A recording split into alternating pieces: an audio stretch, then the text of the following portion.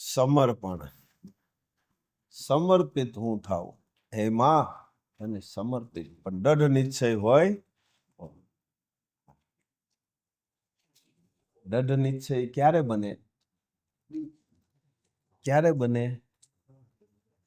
અટલ વિશ્વાસ બસ એક જ તું હી મમ કેમ અટલ વિશ્વાસ હનુમાન ને હતો રામ પર અટલ વિશ્વાસ અર્જુન ને હતો કૃષ્ણ પર અટલ વિશ્વાસ કરી જાઓ 100%.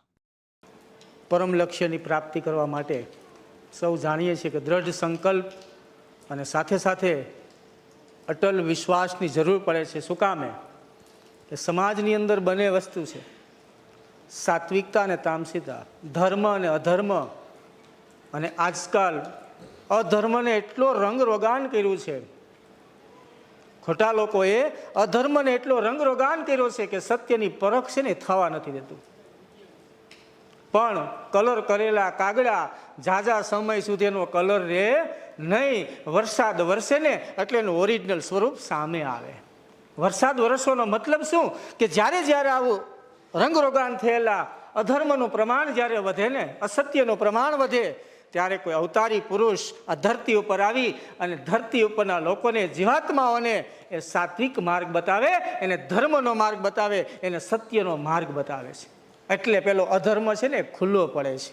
અને જ્યારે જ્યારે અવતારી પુરુષ આવ્યા એમને આ કાર્ય કર્યું છે. અને આ કળિયુગની અંદર આ સ્વયં વિધાતા અને શ્રી મહાપાત્રએ એમના સત્કર્મથી ઉતારીને આજ આપણને સૌને સત્ય, ધર્મ અને કર્મનો રાહ બતાવે છે. હું તો એમ કહું છું, ખાલી રાહ નથી બતાવતા, સ્વયં એના ઉપર ચાલે છે અને આપણને કહે છે. એમને બોલ્યા નથી, એ જીવીને બતાવ્યું છે. હવે જ્યારે આપણે એમ કહીએ કે સત્ય છે કડવો હોય, સત્યની કેડી કાંટાળી હોય, સત્ય એટલે તલવારની ધાર ઉપર ચાલવા બરાબર, આ બધું છે ને આપણે સત્યથી વિમુખ કરવા માટે છે. સત્યનો માર્ગ ક્યારેય કાંટાળો ન હોય. સત્યનો માર્ગ એટલે તલવારની ધાર ઉપર ચાલવા જેવી વાત નથી. સત્ય એ કડવું ન હોય, સત્ય તો અમૃત છે, સત્ય તો મીઠું છે. પણ સત્યને સ્વીકારવું ને આ અઘરું છે. પેલા આ ધર્મ અસત્ય એને સ્વીકારવા ન દે. જેવો એક પગલું માંડે ત્યાં તરત જ એને પાછળથી પગ ખેંચી અને નીચે પાડી દે છે. પણ જેની અંદર દ્રઢ સંકલ્પ અને અટલ વિશ્વાસ હોય, સ્વયં અનુભૂતિ કરી હોય, અનુભવ કર્યો હોય, અને પછી એ જે પગરણ માંડે ને એ ક્યારે એનો પગ છે ને એ પાછો ન પડે. ગમે એટલા પગ ખેંચે એ પાછો પડે નહીં. પણ જો કાચો પાકો વિશ્વાસ હશે તો આવા 2-5 વ્યક્તિઓ સામે આવી જાય તો એનો વિશ્વાસ તૂટી જાય અને ફરીથી અધર્મના માર્ગે જતા વાર નહીં લાગે. એટલે સત્યનો માર્ગ ક્યારેય કડવો ન હોય, સત્ય ક્યારેય કડવું ન હોય, એ મીઠું હોય, એને સ્વીકારવું અઘરું હોય છે. અને દરેક વખતે દરેક અવતારી પુરુષ જ્યારે જ્યારે આ ધરતી ઉપર આવ્યા ત્યારે સૌથી પહેલા સત્યની હસી મજાક થાય. જો એમાં 3 સ્ટેપ આવે. સત્યની સૌથી પહેલા મજાક મસ્તી થાય, બધા એને મજાક મસ્તીમાં એને કાઢી નાખે છે. ત્યાર પછી બીજું સ્ટેપ આવે, સત્યનો વિરોધ થાય. અને પછીનું સ્ટેપ આવે એ સત્યનો સ્વીકાર થાય. પણ ત્યારે બહુ જૂજ લોકો જ હોય છે. એનો સ્વીકાર કરવાનો સમય આવે ને ત્યારે બહુ જૂજ લોકો જેમાં હોય છે કે એનો સ્વીકાર કરી શકે છે. ગમે તેને ગમે તે વાતો કરવી હોય, પણ મેં અનુભવ્યું છે, મેં અનુભૂતિ કરી છે, મારા સ્વનો અનુભવ છે કે આ સત્યનો માર્ગ છે. કદાચ જગત આખું એક બાજુ ઊભું રહીને કહે કે આ સત્ય છે, ત્યારે મારો અનુભવ કહે છે કે આ સત્ય છે ને મારે માર્ગ ઉપર ચાલવું છે. આવા અટલ વિશ્વાસ સાથે જ્યારે આગળ વધીશું ને ત્યારે એ શક્તિ સુધી પહોંચતા વાર નહીં લાગે. જેમ સાત્વિક જીવાત્માને મા શક્તિ સુધી પહોંચવું છે, એમ માં શક્તિને પણ સાત્વિક જીવાત્મા સુધી આવવું છે. પણ બંનેનો વચ્ચેનો રસ્તો કેમ ઝડપથી કપાય, એ માર્ગદર્શક શ્રી મહાપાત્ર આપણને માર્ગદર્શન આપે છે. ખાલી એક ડગલું ઉપાડ, સામે 3 ડગલા ભરીશ, અને આ રીતે 2 ચાલશું ને તો જરાય પહોંચતા વાર લાગશે નહીં. હા, સંઘર્ષો તો આવતા રહેવાના છે, અને એ સંઘર્ષો એ જ આપણું ઘડતર છે. એનાથી ડરીએ નહીં. સોનું સોનું જ હોય. એ બિસ્કિટ તમે ગામમાંથી લઈએ, 10 તોલાનું સોનાનું બિસ્કિટ, એ સોનું જ છે. અને એમાંથી હાર બનાવીને પહેરીએ, એ પણ સોનું છે. પણ એ જ બિસ્કિટમાંથી કોઈ હાર બન્યો હશે ને એ પહેરશું ને તો એનો આનંદ આવે છે. શું કામ? એ સોનું આગમાંથી પસાર થયું છે, એનો ઘાટ ઘડાણો છે. એમ આપણો પણ ઘાટ ઘડાણો છે. જેમ દરેક પથ્થરની અંદર એક મૂર્તિ રહેલી છે, એને શોધવી પડે કે આમાં કઈ મૂર્તિ છે અને એ કામ શિલ્પી કરી શકે. આ દરેક માનવની અંદર દેવ તત્વ રહેલું છે અને દેવ તત્વ સુધી કેમ પહોંચાડી શકાય? એ તો પરમ પદને જે પ્રાપ્ત કરેલ હોય ને એ જ પહોંચાડી શકે. માનવમાંથી મહામાનવ અને દેવ પદ સુધી એ પહોંચાડી શકે. કોણ પહોંચાડી શકે? જેની પાસે એ સ્વયં પરમ તત્વ હોય એ જ એને પહોંચાડી શકે. જ્યારે સત્યના માર્ગે ચાલો ત્યારે બીજો પ્રશ્ન એ આવે કે તમે બધા સત્યના માર્ગે જાઓ છો તો આવું કેમ થાય છે? આ જ પ્રશ્ન રામાયણના યુગની અંદર હતો. હનુમાનજીની સન્મુખ પણ આ જ વસ્તુ આવી કે તારો ભગવાન રામ છે તો સીતાનું હરણ કેમ થાય? કેમ એને લડાવી ન શક્યા? કેમ એ સીતાની શોધ ન કરી શક્યા? અને ત્યારે હનુમાનજી એક જ જવાબ આપે, જેને જે કેવું હોય તે કે મારો રામ ભગવાન છે. અટલ વિશ્વાસથી કહેતા. આ જ સંઘર્ષ નરસિંહ મહેતા સામે આવ્યો, આ જ સંઘર્ષ મીરાબાઈ સામે આવ્યો. બધાની સામે સંઘર્ષ આવ્યા, પણ એનો વિશ્વાસ ક્યારે તૂટ્યો નહીં. એનો અટલ વિશ્વાસ રહ્યો. માની ભક્તિ કરી એનો મતલબ એવો થોડોક છે કે દુઃખ ના આવે, સંઘર્ષ ના આવે, વિઘ્ન ના આવે, કષ્ટી ના આવે. એ તો આવવાની છે, તો આવવાની છે. એ એટલા માટે આવે છે કે માને ખબર છે કે મારા માર્ગ ઉપર આવે છે દીકરો, મારી નજીક આવી રહ્યો છે, એ ઝડપથી મારી સુધી પહોંચી જાય ને એટલા માટે આગળના જન્મના કુકર્મો એને આપી, થોડું થોડું આપીને એને પોતાની નજીક લાવવા માંગે છે. એટલે સંઘર્ષો આવે છે.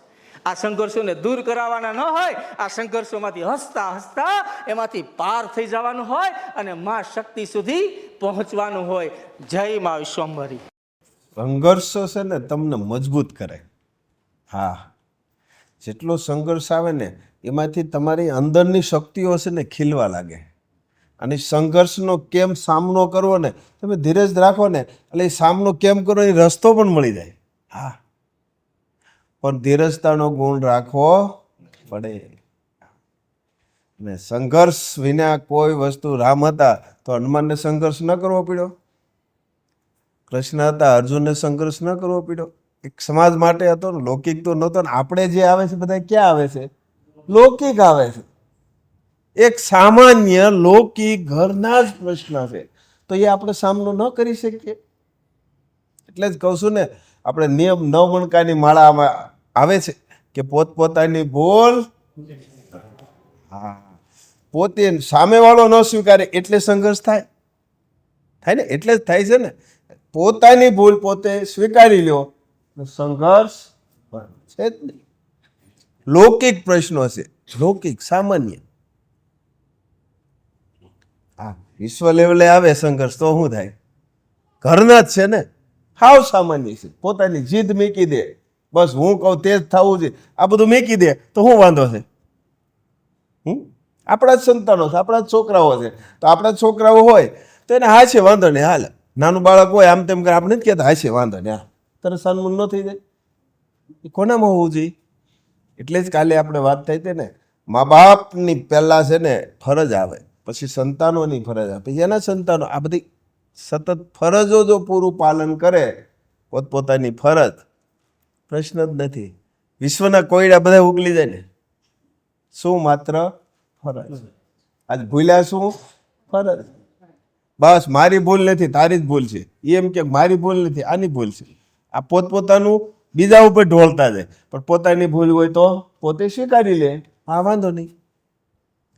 છે તકલીફ કોઈ? છે જ નહીં, કોઈ દુઃખ જ નથી. અને શું લઈ જવાનું? શું લઈને આવ્યા? નક્કી કર્યું આ વસ્તુ મને આ મળે એમ?